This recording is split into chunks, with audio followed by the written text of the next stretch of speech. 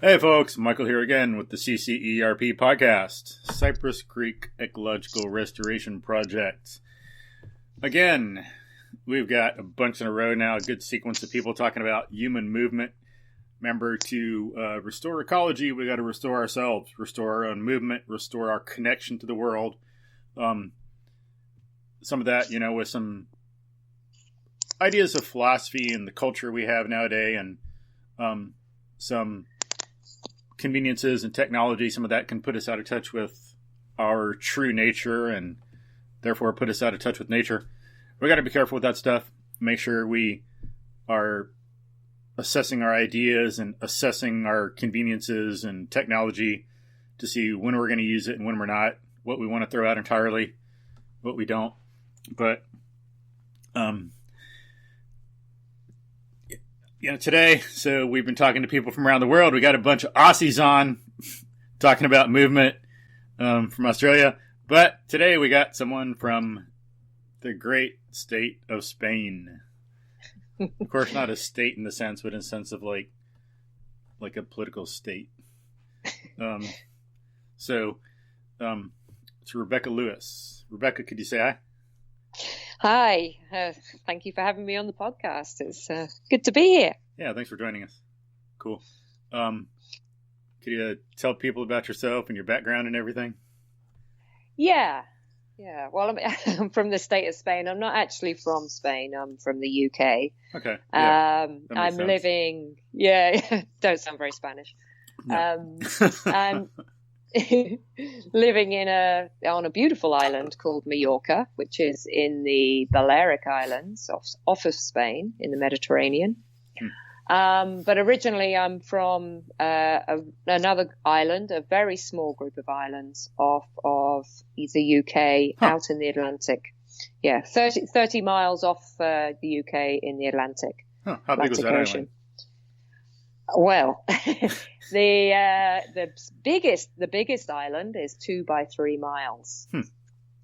and it's a group of thousands of islands, but 5 inhabited, and there's less than 2,000 people over those 5 islands. So it's a very small community, a beautiful, beautiful natural place, and stunning place to have grown up. Okay, so it was more, you say Atlantic, not the Channel or one of the, like... The Northern Sea, no, yeah. Not Irish, yeah. No, okay. It's 30 miles out towards America, so... Okay. Yeah, and not many people know it's there. It's called the Isles of Scilly. That's nice.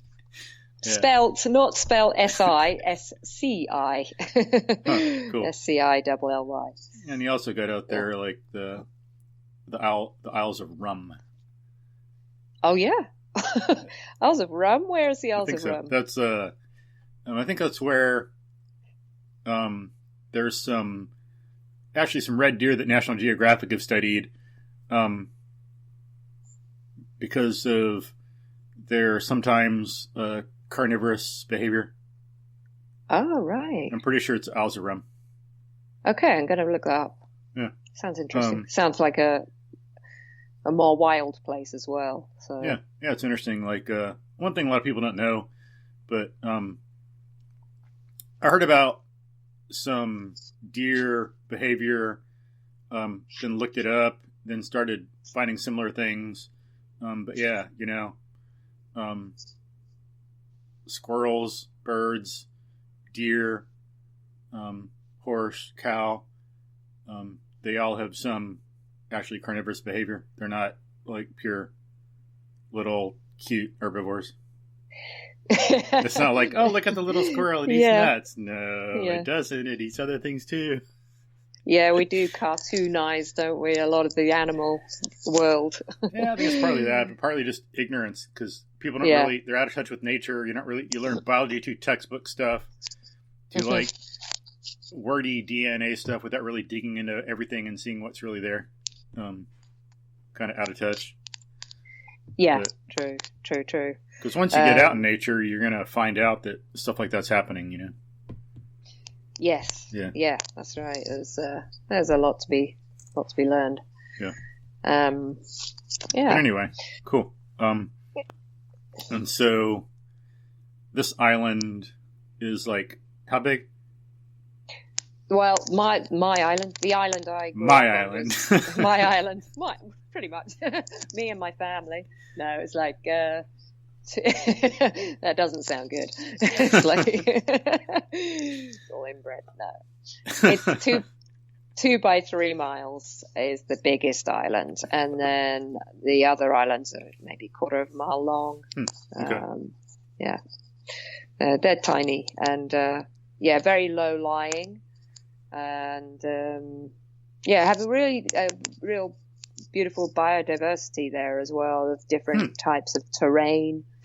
Not so much different. We do have quite a lot of unique wildlife there that's unique to the islands, but not a huge diversity. Yeah. And then interesting history of the area. Actually, you go back about 5,000 or 6,000 years ago, the English Channel wasn't full of water. It was actually dry. But after the Ice Age, that, what do they call it, the mini Ice Age, something like that. After that ended, more water, glaciers melt, more water in the oceans. And there used to be something between England and like Norway, a place called Doggerland, Dogger. That's actually where one side of my family came from. Used to be, from what I heard, a very rich hunting ground. But since it's underwater, people can't study it too much. But it's supposed to be, really good hunting ground. A lot of stuff there. But as the glaciers started to melt, water started to rise, then people had to start moving away from the area. Yep. It's in Scillies, actually, because they're low-lying islands. There's shallow waters between them. You can actually walk between the islands. Wow. Huh, neat. Yeah, 2 times a year when we get when the tides are the lowest, anyway. You can see old remains we've got like Bronze Age villages there, or remains of them, and underwater there's walls and neat. Yeah, there's a lot of remains still there that are getting discovered all the time. That'd be cool growing up as a kid. Yeah, it was. So exciting. It really was. Yeah. So that was my outdoor playground at the time, cool. And then now I'm in a new one, a different one. Yeah. How big is the current island? Mallorca is, I'm going to say it in kilometers, so sorry. It's about 80 by 100 kilometers. So you can translate. Yeah, so 100. So if like a 5K is supposed to be like 3 miles, so what? 100 kilometers divide by 5, get 20, multiply by 3, about 60 miles, and then 80. Call it 81 instead, make it easier. No, 80 divided by 5. We're dividing by 5, not 3. So what? 16. 16 times 3 is 48. So like so then what do we say? 60 by 48 miles or so. Okay. I'm glad you worked. I'm glad you did that maths. That's my job. I'll just let you do that. That's what I do for a living. Yeah, great. Hopefully, I didn't screw up the math. I need more coffee. Maybe I need more coffee. Everyone makes mistakes, but I should be fine. Yeah, that's definitely not my forte. So should be 48 by 60. Yeah. Okay, 48 by 60. I'll make a note of that one next time. Talking in cool. Imperial. So okay. Yeah. So, how long have you been living on the current island?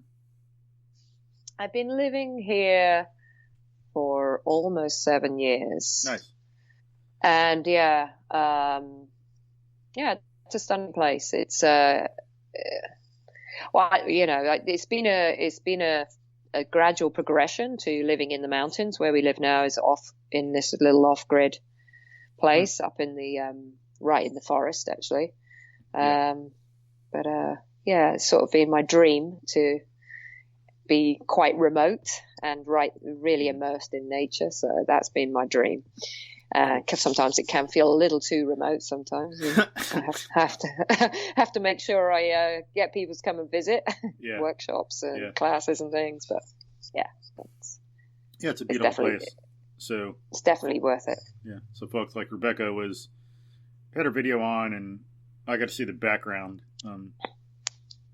see the beautiful blue sky, the mountains, the cliffs, the trees. It was like gorgeous. But and then it's like pretty much most of that, if not all of it, you can run around on. It's not like a bunch of private land. No, it's UNESCO World Heritage. For some reason, they are very special mountains, but people ask me why, and I'm not 100% sure why they were made UNESCO. But I think it's good that they are, because they're protected. So where we live now, there's no permission to build. You couldn't build anything up here. We can't even use concrete to set anything in the ground. We're not meant to. But the string of mountains, the chain of mountains, is about, again, I'm going to talk in kilometers, is around 120 kilometers long, and there's a network of trails running right through. There's actually a pilgrimage trail running right through the mountains. So I can walk out my front door and I could just run. I can run for quite a few hours without seeing a road. Cool. So nice. And without seeing many people either. Yeah. Which is great. That's one lucky thing we have around here on this creek. We can actually go out places where I don't see anybody, don't hear anybody, don't hear any cars, no road noise. It's nice when no planes are flying over. Really nice, peaceful, serene. I think it's important for us. Absolutely, yeah. I think it's rare to have that now. There's not much wild space where you can really just only hear natural sounds. Yeah. Purely. It is a rarity. Unfortunately. So yeah, and when you're in that environment, it really does hit home. It's just like, wow, it's so peaceful. There's something else that this sense and feeling that it gives you if you just notice that peacefulness of nothing else interfering with the nature sounds. Yeah. It's beautiful. Yeah. I think some scientists are starting to study that, the importance of quiet. And some people think, oh, I live under an airport, I've gotten used to it, I can sleep just fine. But when you look at the facts, what's really going on in the body, they do have elevated levels of cortisol, stress hormones, things like that. So while you get used to it in the sense that, the one example a lot of people use is smell. There's some smell in the room, you're in there, you start to tune it out. You get used to it in that sense, but it's still affecting you, Yeah, absolutely. But in no telling, I don't know what all effect it has on your quality of sleep, the deepness of sleep, and all this stuff. What else is going on besides the elevated cortisol? But there are effects. It's not like we're not immune to them.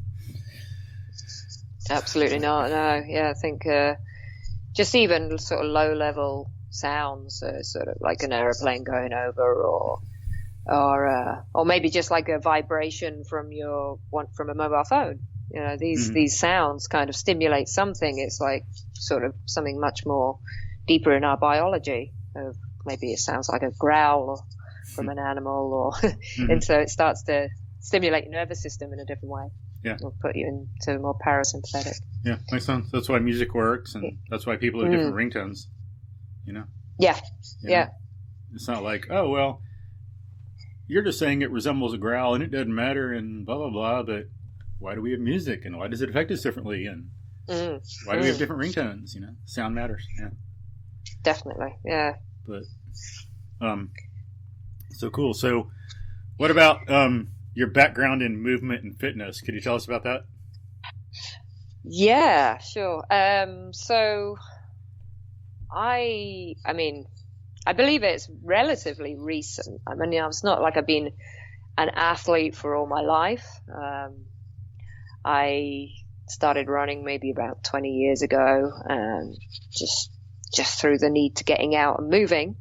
Mm-hmm. And, and it started to become something that was like, wow, this makes me feel really good. And it really changes my mindset. And so that became a bit of a regular thing for me. A while back, another chapter of my life before, I was a photographer working in London. And, cool. And that I knew wasn't working for me for a while after a certain amount of time. But at least I had running to keep me going. And then, sort of the natural evolution of that is I got away from that city life and started to run more, became trained to become a natural running coach. And that wasn't really that, my journey to that was through, like a lot of people's journeys into barefoot running and natural running is through reading Born to Run, the book Born to Run. Yeah. Thanks, Badougal. Yeah. Thank you very much for that book. And that other one, Natural Born Heroes, I like that a lot too. That was good. Yeah, I haven't actually read that one. Yeah, I listened to it on Audible. Okay, will do. It was good. I like that a lot. It's on the list. Yeah. I don't remember if I've listened to it twice. What's that? I don't remember if I've listened to it twice, but it's worth 2 or 3 listenings. It's a nice story. Really interesting. Born to Run is the other one I want to revisit because it was at the beginning of my shift into seriously changing my running. Number one, changing my running form. And then like getting coached and then becoming a coach. So it really was the impetus that got me going on that. Cool. And and then my other movement practices, I was a yoga teacher for a while. I practiced it for probably 15 years and then started teaching it for about 6 years. But I kind of and then I'm a MovNat instructor, so I trained in MovNat. Coming to that bit, that's been a few years now. Yeah. So the yoga, again, the natural evolution of this is like the yoga started to make less sense to me as I was teaching it, and I was like, well, this isn't really in alignment with my physiology. Trying to force these shapes and concepts and poses. And, as time went on, I was like, no, this doesn't resonate. It doesn't always feel good in the body. And it's working within this technique and belief system. So the natural movement, natural running makes more sense to me because it's moving with in a response to the environment. It's moving in alignment with your biology, your physiology. Mm-hmm. And, if it's done well, if we relearn how to do it well, the body responds well. And, it's not about no pain, no gain. It's just about pure enjoyment. Yeah. And then when that no pain, no gain is mainly for a gym thing and people have hospitals around. Yeah. If you're outdoors, no pain, no gain is going to be death. In the real world, it's like, no smarts, no gain, It's like, I like to say, some people say no pain, like, go hard or go home. But in the real world, it's like, be smart or go home, Yeah, you got to, we have to relearn the skills about how to move in a natural environment. I think that's because I think it's all got forgotten. Yeah. And we all adapt to whatever environment we're in, and the modern world is quite a linear, consistently formed environment. So we have to then expand our movement range, our movement repertoire, and condition the body to be able to understand those movements, not just condition as in the fitness sense, but it's more like so our nervous system understands. And that's why I don't like using the word body anymore. I don't like that concept. It sounds so inanimate, mind and body. It's like the only body without a mind is like a rock or something. I don't have a body. I'm like an animal. I like to think my animal self, not like my body. I need to condition my body. No, I need to condition my animal self. It's more like that. Yeah, for sure. Need a new concept. Organism. the whole organism. Yeah. Because it isn't two separate pieces or separate parts, which has been thought about, and the fact that people think they can only train these certain parts, and even like just trying to train the mind. It's like, no, it's the whole organism is intelligent. And it's a whole holistic thing. And so you say you were doing yoga for 15 years and teaching for 6? Yeah, and, more or less. And you got certified to teach, right? Yeah. What, were there different levels or different schools of yoga, or what is that like? Yoga, well, yoga, it's so broad these days what it is. And I mean, I practiced in different methodologies of yoga, the different styles. Most of mine was more like, I mean, if you know what the styles are, it's like more like a vinyasa flow. and in the end, because I didn't want to completely drop it. I wasn't 100% sure, and as I was transitioning away, I was creating into more like a natural movement, the practice. So it was like yoga shapes, but a lot more loose and less rigid and less like, you have to do this and, hold this pose. It was, and then, people aren't ready for that yet. It was just a bit too, I think some people go to the yoga class they need to be just told, right, tell me what to do. I'll just do exactly what you tell me what to do, and I'll stay on my mat, on my square mat, and not really expand outside of the parameters of what yoga is. So it was, in the end, it was like, no, it doesn't make sense. It just doesn't make sense. What in your thinking, or what outside source of knowledge made you start questioning it and give you an idea of natural movement or something?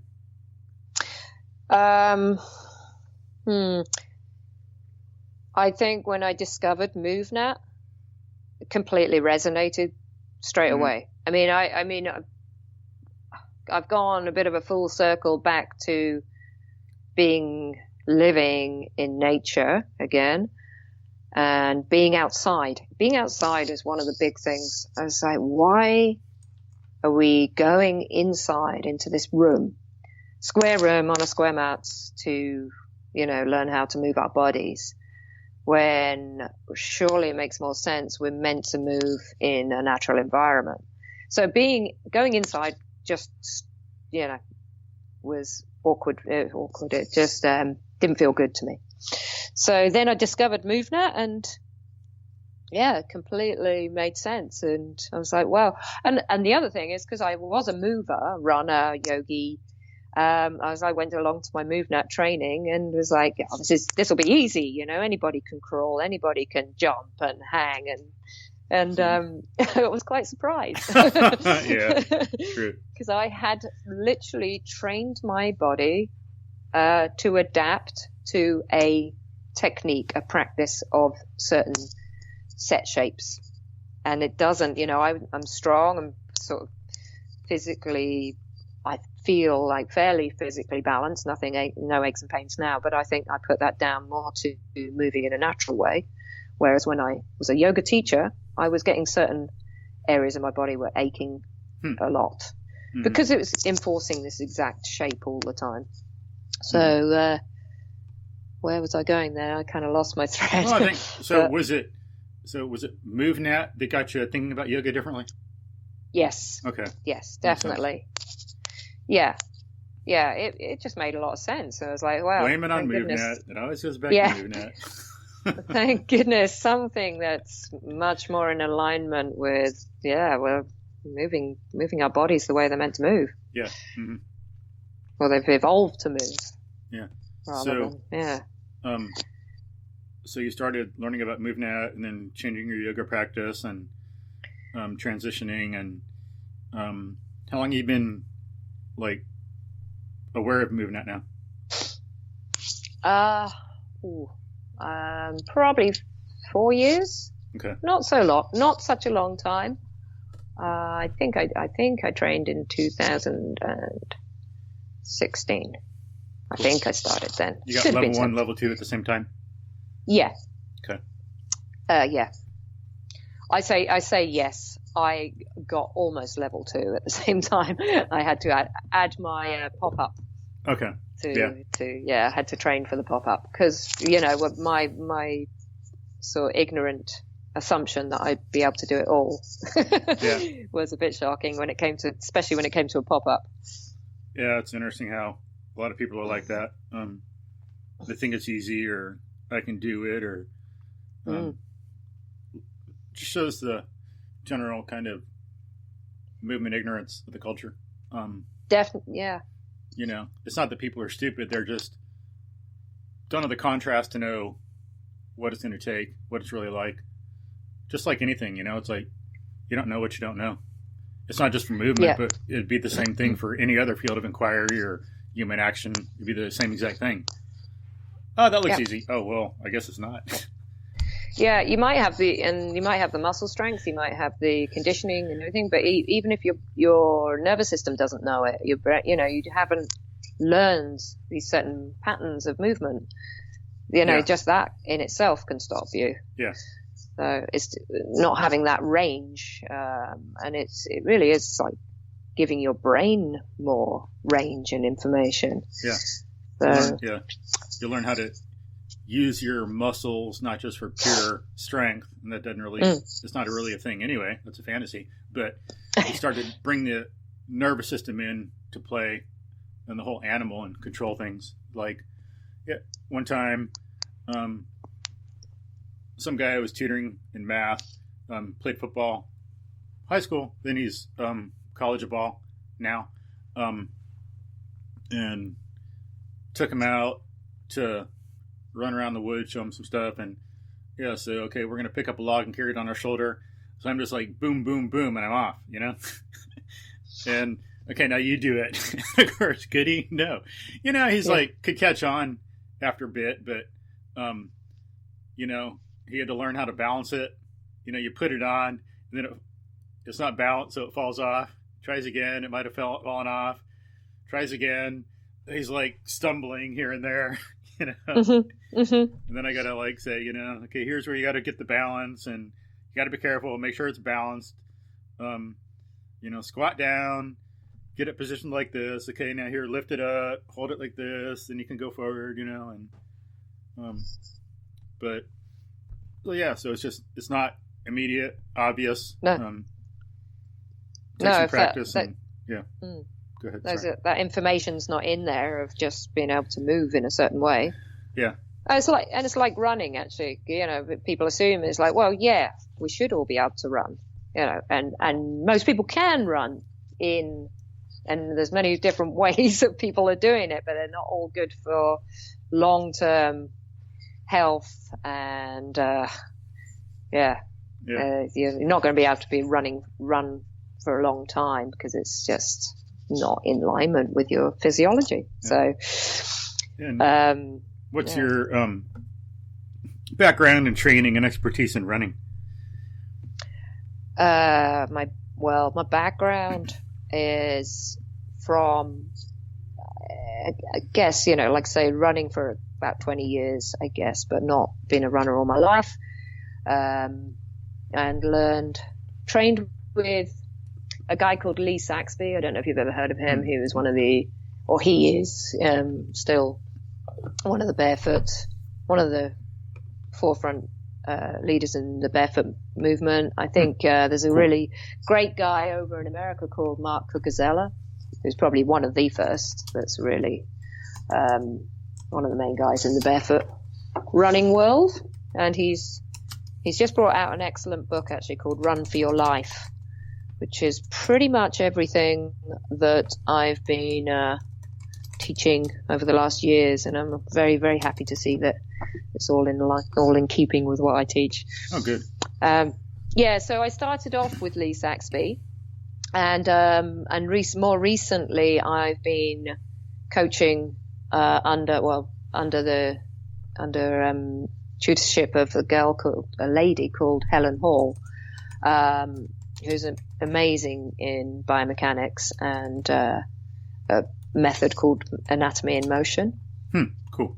And so it's all looking at people's individual patterns in the gait cycle and seeing what's missing really in a balanced, optimal way of moving. So walking or running, and what can be causing restriction and pain. So that's the first sort of coaching was much more of a broader method of looking at how people are moving, and then giving them some movement patterns to change, so they are a little bit more balanced in their body and put less impact into the joints, or the appropriate amount of impact into the joints, and obviously using their feet, allowing the feet to be more responsive by changing footwear and slowly adapting their feet and body to a more natural way of moving. Cool. So you ran for a while, and then did you get to work with Saxby directly, or like what? Yeah, I did a few trainings with him over the years in person. Yeah. We did different levels of training with him, and then also went into bioenergetics and breathing as well. Which is much. Good. Sorry. Go ahead. No, which is it's also, it's a lot of people in the running world that talk about how to breathe with using breathing through the nasal breathing, like the oxygen advantage. Patrick McGowan, so the simulating high altitude training, and nasal breathing to sort of build endurance and keep your heart rate more. So it's like a natural heart rate monitor as well. So keep it at a consistent level when you're running. So if you're just nasal breathing, and then did you do like workshops with Lee, or like what was the deal? Just private sessions, or no? No, he did training courses over in the UK. So I went over there and did these 2 or 3 day courses with him. Cool. Over time.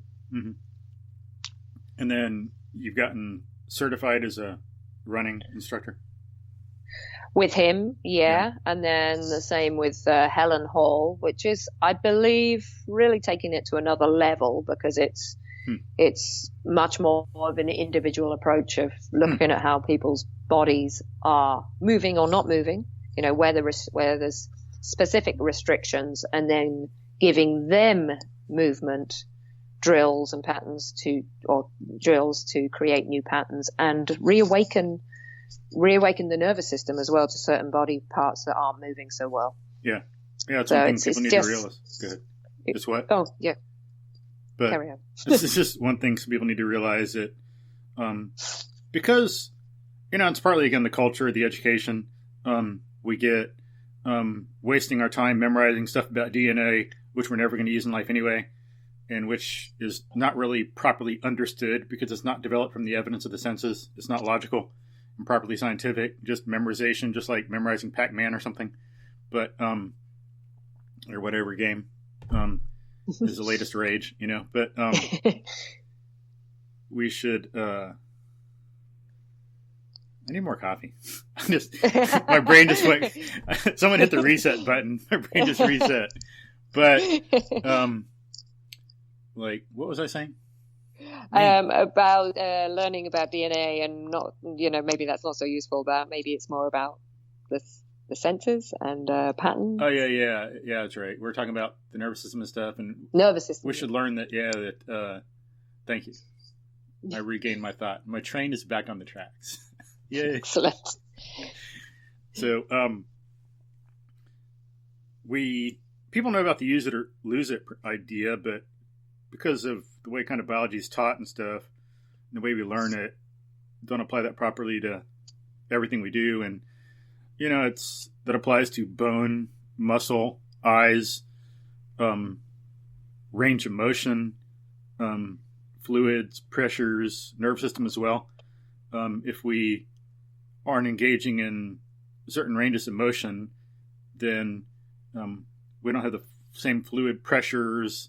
There can be like weakening or shortening or something, whatever, depending on the situation of ligaments and tendons. When astronauts go into space, there's muscle wasting, bone degradation, bone gets less dense, things like that. Same thing with the nervous system. It's not just that they're automatically ready to go, but our,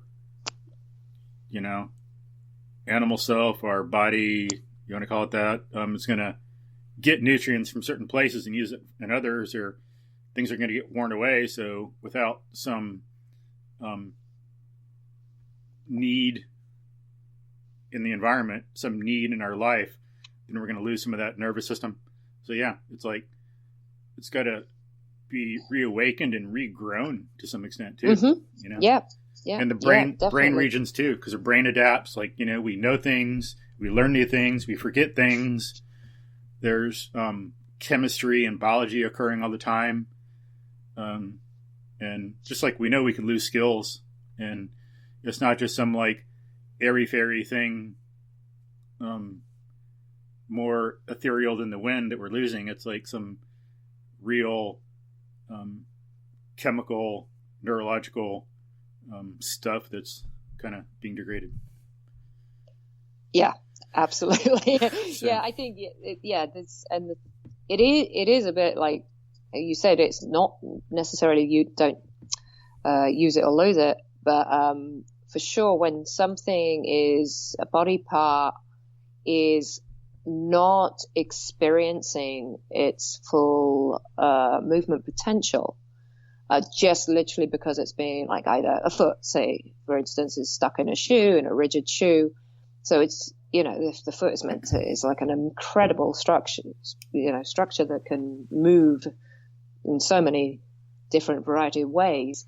And, when that's switched off, then those neural connections are switched off. And so the foot becomes this rigid structure, not only in a physical sense of like the bones getting more rigid and the muscles getting rigid and stiff. It's like literally that experience of movement in the neural system is not there. So it needs reawakening to know, oh shit, there's more there. There's another space I can move into. So it's fascinating because it can be this work with waking up the nervous system, waking up the body parts can be really fast because you just literally have to put the right stimulus in, a little bit of a drill of like a slight, just a bit extra in someone's range, and they're like, well, I can't move there. I literally cannot move my foot in that direction. And you go, just try a bit more, and they can, and then suddenly something goes off in their brain, and they like, wow, I didn't know I could do that. Cool. And it's simple, really simple, subtle movements.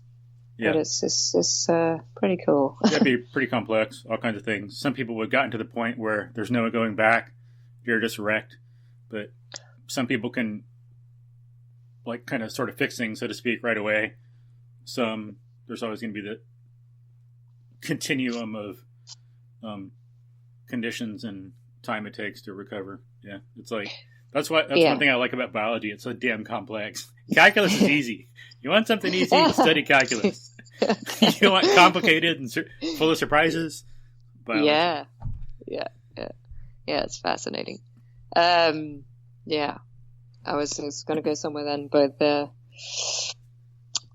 it's gone. Carry on. Yeah. We're both suffering from it today. It must be like a yawn. It's like contagious. Yeah. I'll just wait for you. But and so what was the training like to get to become a teacher? So are you like certified like a level 1 thing with each of those people, or like do they have different levels, or like what's it like? Well, there doesn't seem to be any kind of authoritative board of certification on any of this. I guess like MovNat, it has its own certification, but it's not, I don't think it's recognized anywhere in industry. Yeah, it's just so like I think some things. It's like it's like kind of ahead of its time and stuff like that. It's like yeah. And so is barefoot running. I mean, we call. And so was Newton. I almost Newton too. Yeah. So was Galileo. Yeah. But anyway, so I'm quite glad it's not under any banner really. But no, I mean, it's within their own levels certifications. And what was the question? Well, they was about like Helen and Lee. Do they have different levels, or is it just kind of one certification to become a running coach with them, or like what? Well, I think Lee now is not actually doing the coaching system anymore. He's much more into teaching people about feet. So, I think he did it for quite some time. I'm sure. I think he's doing it privately. But, okay. And Helen, her school is called Perpetual Forward Motion, and I think it's still in its early days. She's super busy as a coach herself and an ultra runner, and she's like back to back with helping people's bodies in a variety of ways in the anatomy of motion, just getting people out of pain and also coaching. And then she's doing she's training for a 400-kilometer ultra marathon in a few months' time. So, yeah, she's a busy lady. But yeah, wealth of knowledge and amazing. She's been an amazing teacher and mentor for me to take it to another level of complexity of how to look at a body and how to look at how a body moves in a not in such a conventional way of looking at biomechanics. Is definitely taking it, with taking the nervous system into consideration. It's also mindset. That's where I was going to go just now. With people, you think, well, their body's really restricted and in pain and or injured. They've been through a lot, and maybe someone might go, oh, there's no hope for you, or it's too late, we can't change that. But a lot of it is really the mind of how they, either embrace and trust the process, and they're open to it, or they're not. And there's some people, you could say do these simple movements, and you will see change if your mind's in it as well. You've got to kind of be all in, and and things start to shift, because it's a whole self, organism process, yeah. You can't be like, oh, I'm going to make my body do this, and then it'll go off and do its own thing, and I'll just be over here while it's doing that. And also doing it in a punishing way as well. That's the other thing I have to try and get across is like, your mindset about this has to be, you're having a conversation with your body. You're having a conversation. It's about encouraging this change to happen because your whole system feels good. It feels like a really good shift and change, rather than forcing it and going hell for leather, trying to force a change and get fit or whatever the goal is. Right. It's changing. Yeah, so it'll be nice when the culture becomes more advanced and less like backwards or barbaric, and instead of no pain, no gain, people have something nice and poetic like that rhymes, but it's like no pleasure, no gain, or something like that. Yeah. No pleasure, no gain. We'll have to think of one. Think of a good little catchphrase for that.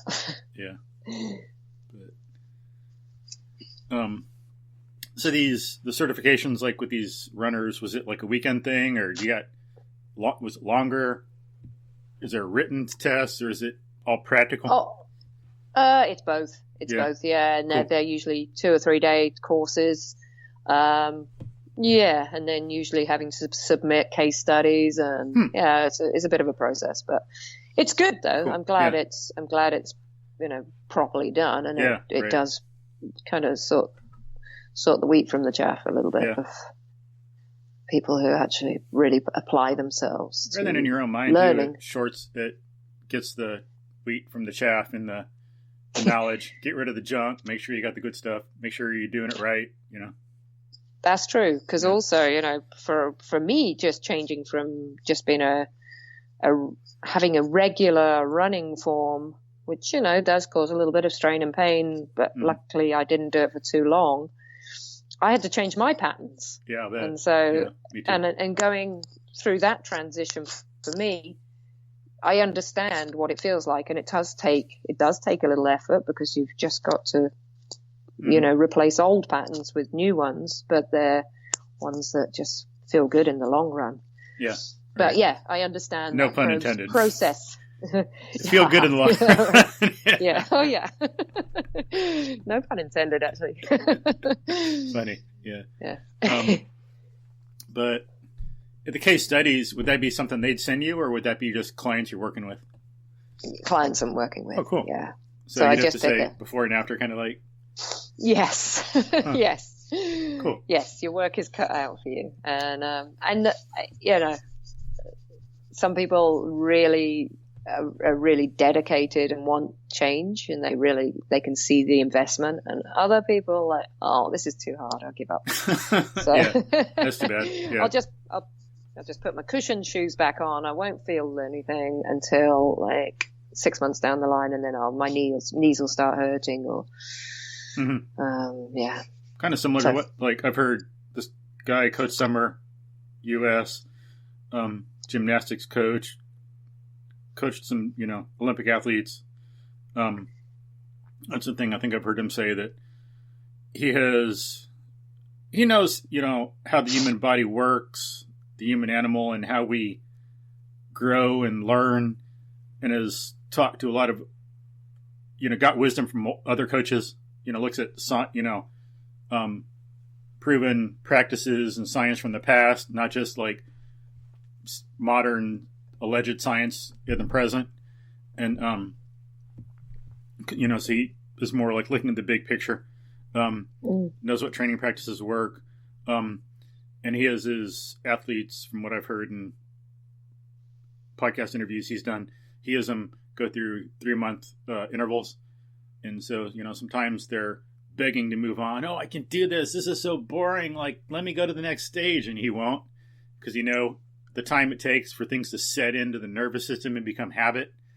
And I think he said some people leave, but like pretty much none of its athletes get injured. And so they leave and they go and they get injured. They come back. Oh, I get it now. Sorry. You take me back. Yes, exactly. I know. And he's like, well, I'll teach you what I can, but it's really up to you at the end of the day. If you're going to absorb, you're going to take this on board and trust me on it. I mean, I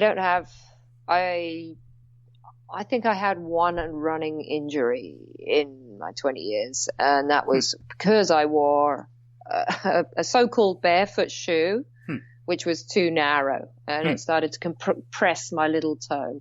So that starts to affect how the muscles work up the back of the leg, for simplicity. And I got muscle strain, and that's my running injury. So I'm just like, okay, because my foot cannot expand under load. So then it's affecting how my muscles, the elasticity.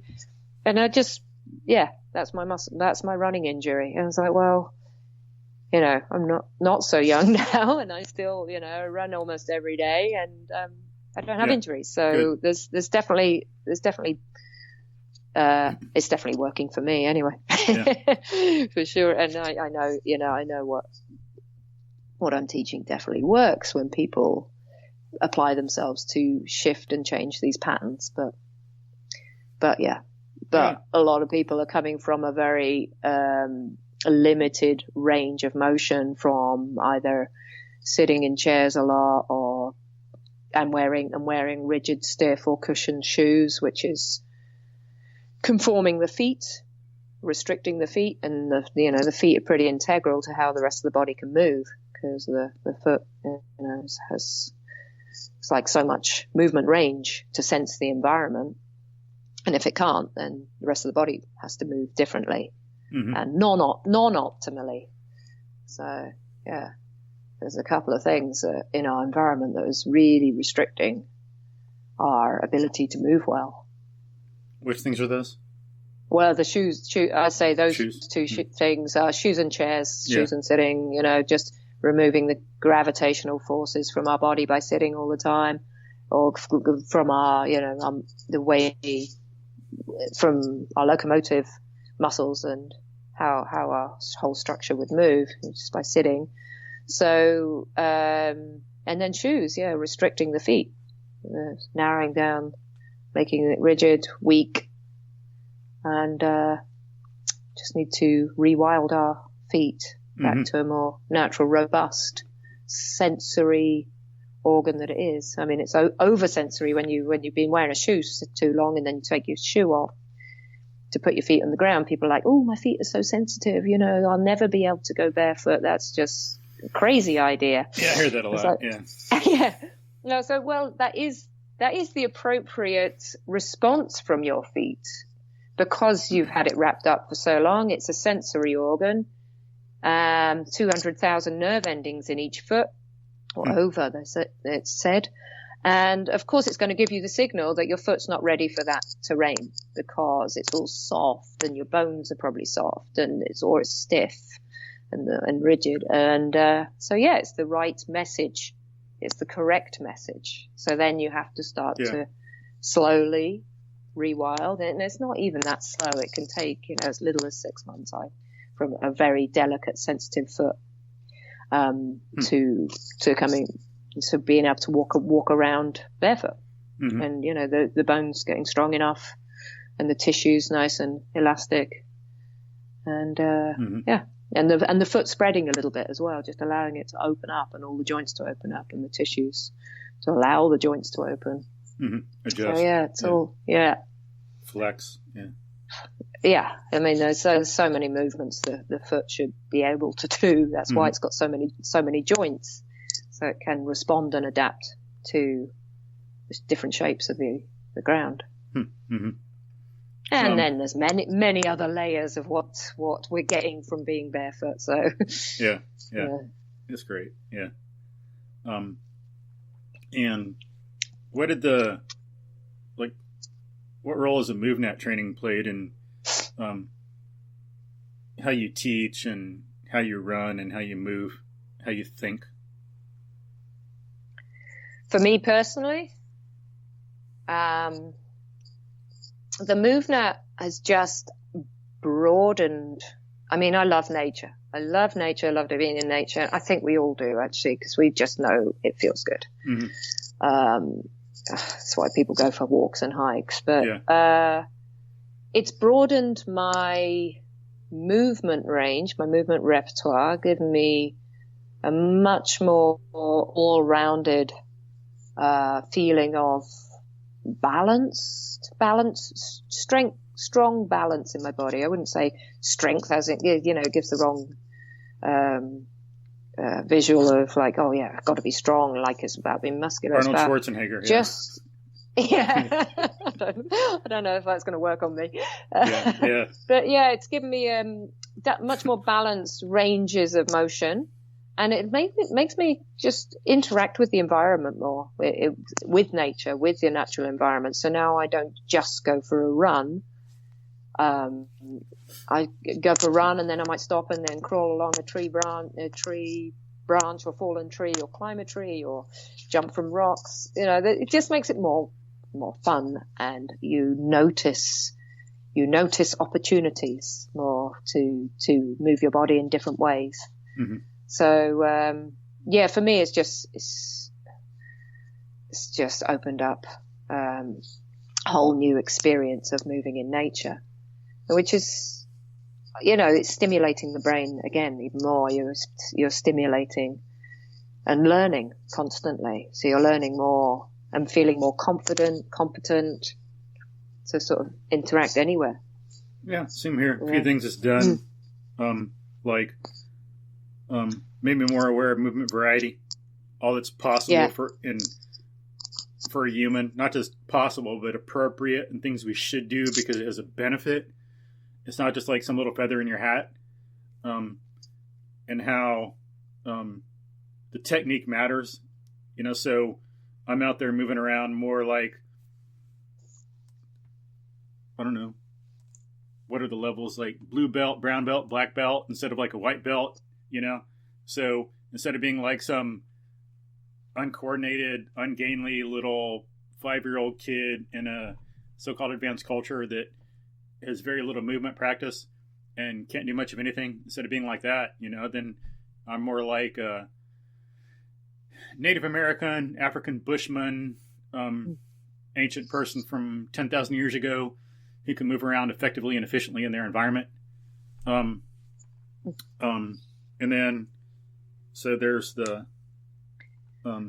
mastery, movement variety, the logical progressions. That's important, knowing how everything's connected. Instead of like sometimes, okay, here's a bicep curl. Let's study everything about the bicep curl. I know all the muscles. Who cares about the muscles? It's like, you know, unless you're going to get injured, I don't think about the muscles when I'm doing it. You know, I don't really need to know the muscles, you know, like, you know, you want to develop a bicep and whatever. Okay. But, you know, you go and you're doing all this stuff with the bicep curl. Oh, and then you know everything about like the leg press or whatever. But it's not logically connected. Yeah. You know, it's like, I like the logical connections of MovNat, how, you know how lying on the ground supine and rolling is related to crawling, seemingly unrelated skills. You know how like throwing is related to hitting. You know how crawling is related to running, is related to climbing. So it's just all interconnected. That's just so awesome and beautiful. Yeah. And then the mindfulness, how like be out there like an animal or like a Native American Indian, and you're like totally aware and moving through your environment. You know, your whole self. So there are 4 things that MovNat's really taught me or stressed, and I've really developed. Instead of just being some airy-fairy idea, it's like real, developed, scientific, practical, practiced. Yeah, and it's, you know, in the simplest form, I think it just, you go out and do it in a natural environment even better, but it just seems to make an innate sense to your body. You just, you know, you feel good, basically, in the simplest terms. You go, I feel good. This is actually feeling really like what I'm meant to be doing.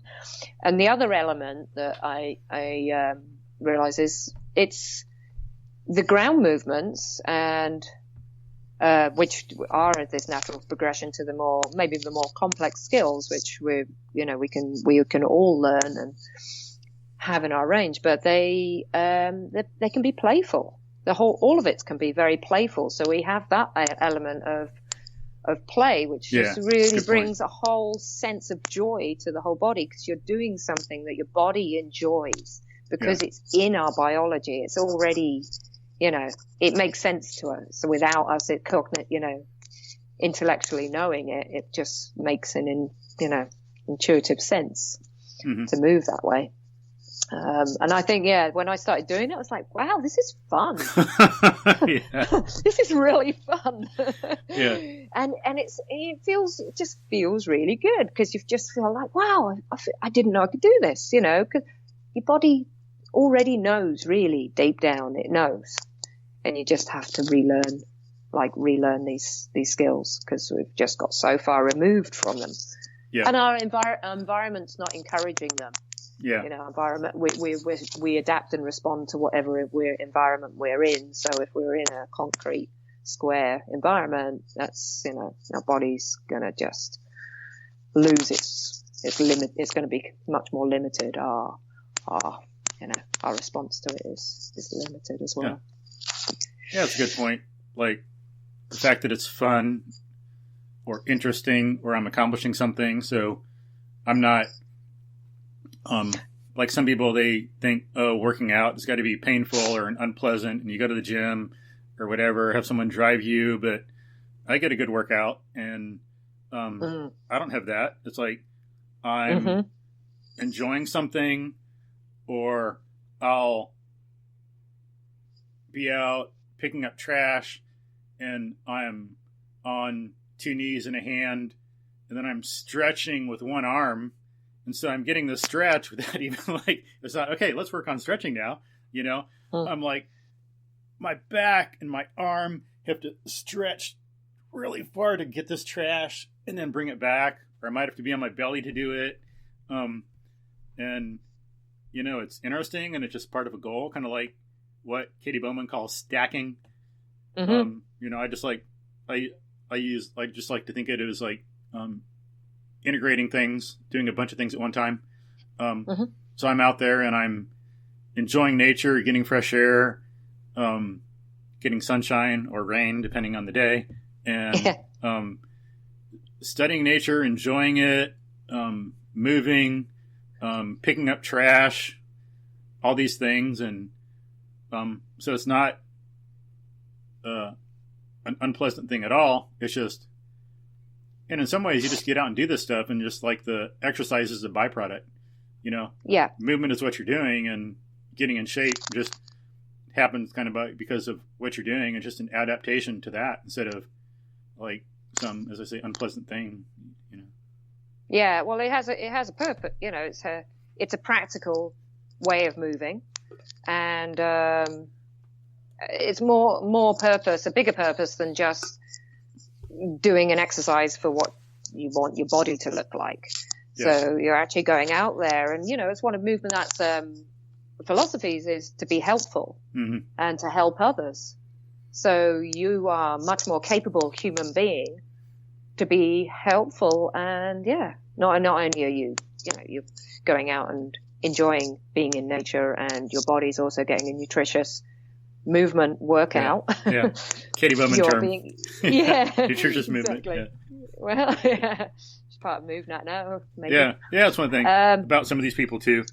Katie Bowman, MovNat, they work together, and same thing with like CrossFit. You know, some of these folks are behind the scenes. People think some of them are different, but if you dig into what's going on, and there's all this feedback and what is it? Like when bread's being made and the yeast, fermenting. There's all this stuff fermenting in the background. All this Supple Leopard, Kelly Starrett, CrossFit, MovNat, Paleo, all this people talking to each other behind the scenes. Yeah, all this interaction. Barefoot people, Good. Katie Bowman. Yeah. Good. Yeah, no, it's great. It's great. So, you know, it becomes hopefully more the norm, and people, you know, I think people are searching. So they're searching for something that's not the conventional way of doing things, because it's not working. So people are getting sicker and more injured and less and not so happy. So I think coming back, it's basically coming back to how we're meant to move and breathe and eat, and connection with each other as well, community, you know, being helpful to each other, rather than these solo pursuits of going to the gym, putting your headphones on, and working out for what you want to look like. You know, it's just, the goals have become, hopefully, you know, goals will change. Yeah, there'll be a shift. Yeah, there is a shift. There is a shift. Yeah, we got to look at it with good thinking instead of looking at things in isolation. We got to think about our exercise in terms of our movement, in terms of our lives, in terms of being human, in terms of evolution. Look at that big scheme of things. Just like the famous quote a lot of people talk about, I forgot the guy's name, Brzezinski or something like that. Nothing in biology makes sense except in light of evolution. Yeah. You know, it's actually the title of an article, but used as a quote. I'm pretty sure I read that in Irwin's book as well. Yeah, it's a good quote. It's a great quote. I haven't read the whole article yet. I think I've skimmed it, but yeah, very good quote. Yeah, it's true. Yeah, it's true. Yeah.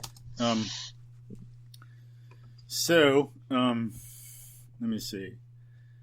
I guess we can go a few more minutes. Right now it's 10:44 a.m. I have to tutor someone online at 11 a.m. and I'll need a little break to get more coffee. And I don't know what your schedule's like, but I'm okay for the moment. Yeah, I'm fine for the moment. I mean, cool. With the dog might start going off in a bit, but that's about it. Add a little character to podcast. Yeah. We are about ecology. Yeah. But I should have stayed outside for all the nature sounds. well, it was getting cold though, as he said. But, It was, yeah. It's getting cold. It's the evening for me. what's the temperature like up there? I'm going to say getting cold, and you're going to. I could just look it up. Laugh. I could ask Dr. Google. You're going to laugh. Yeah, it's probably about, I don't know, I'll guess about 12, 14 degrees. Celsius? What is it? Yeah, what does it say? Let me see. What's the name of the island? How do I spell it? Mallorca is Mallorca.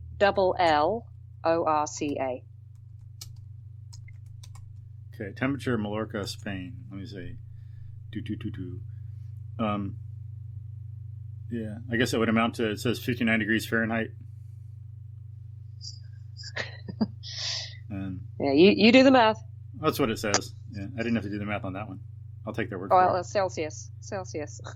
Yeah. Centigrade. Spain in Celsius. 15.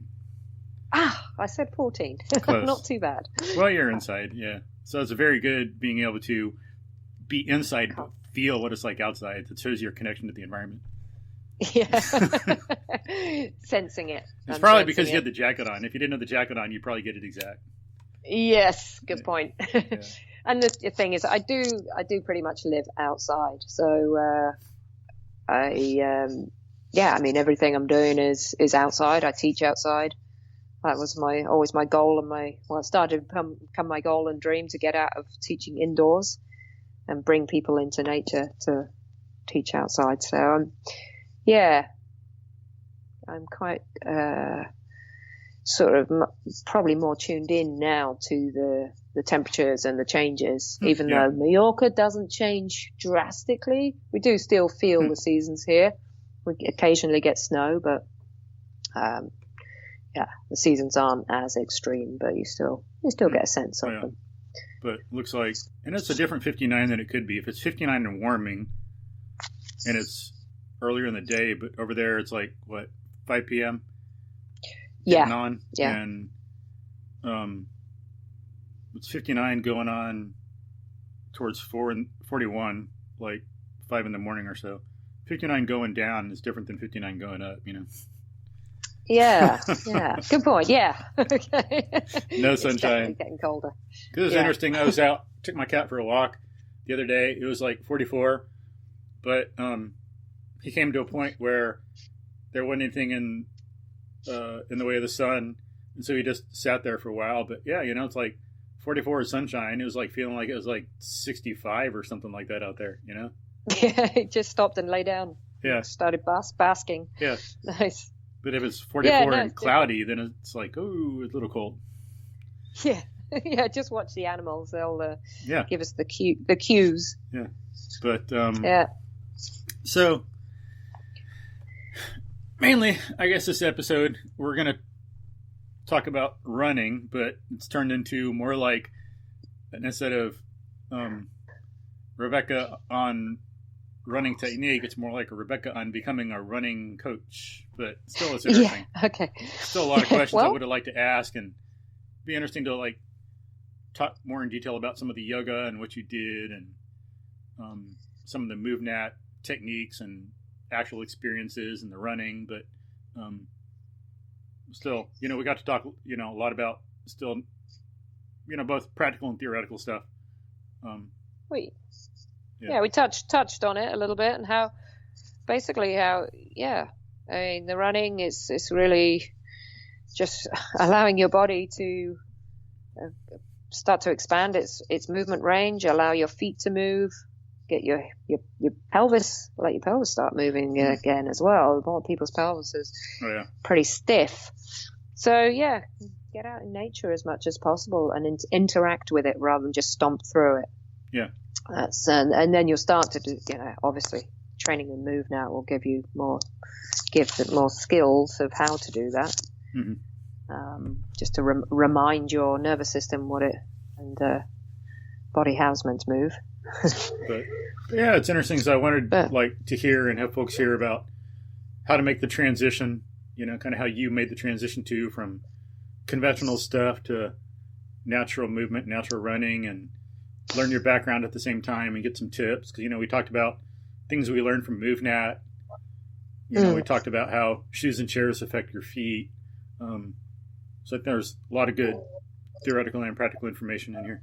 But, yeah, I think if people are interested in moving more naturally, running especially, because that's my main thing, and I think it is something that we should all be able to do. It's just a human speed, basically, walking, running, sprinting, many transitions in between. Yeah. If you start to just let your feet rewild, number one, get your feet used to moving and responding to different shapes and terrains. Go slow with that as well, so they adapt slowly and you don't break anything. Don't go running straight away in minimal shoes. Yeah. That's number one, and then maybe have someone else look at how you're moving, because we've got these deeply ingrained movement patterns, restrictions in our bodies, and without a little bit of help to change the patterns and build some new patterns, then it's quite difficult to do it yourself. Yeah, and we don't know what we don't know. We always got to be on the lookout for that. So ask someone else, like, hey, do you have an idea? Because we can fix something if we know it's wrong or whatever, but if we're clueless, then we need a different perspective. Yeah, and visuals as well, because I film everybody.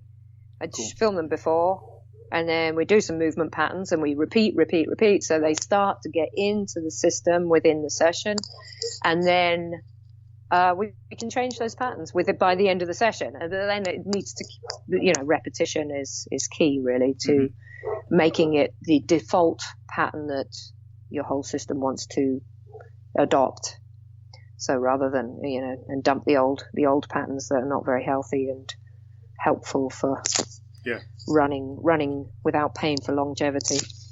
So, get a coach, start walking barefoot, allow your feet to spread in some minimal shoes, walk before you run. That's the key things, I think, and, to transition. Slow and smart. Yeah. Cool. Yeah. Any other last words for folks? Spend more time in nature, and when you do go into nature, have a look around, see what you could interact with differently. Take your shoes off just for a few moments. Just let your feet feel the earth, and start to take your shoes off more. Not just at home on flat surfaces, but give your feet different experiences, different terrain experiences, because you're also not only just feeling the ground with your feet, but you're sending new information to the brain.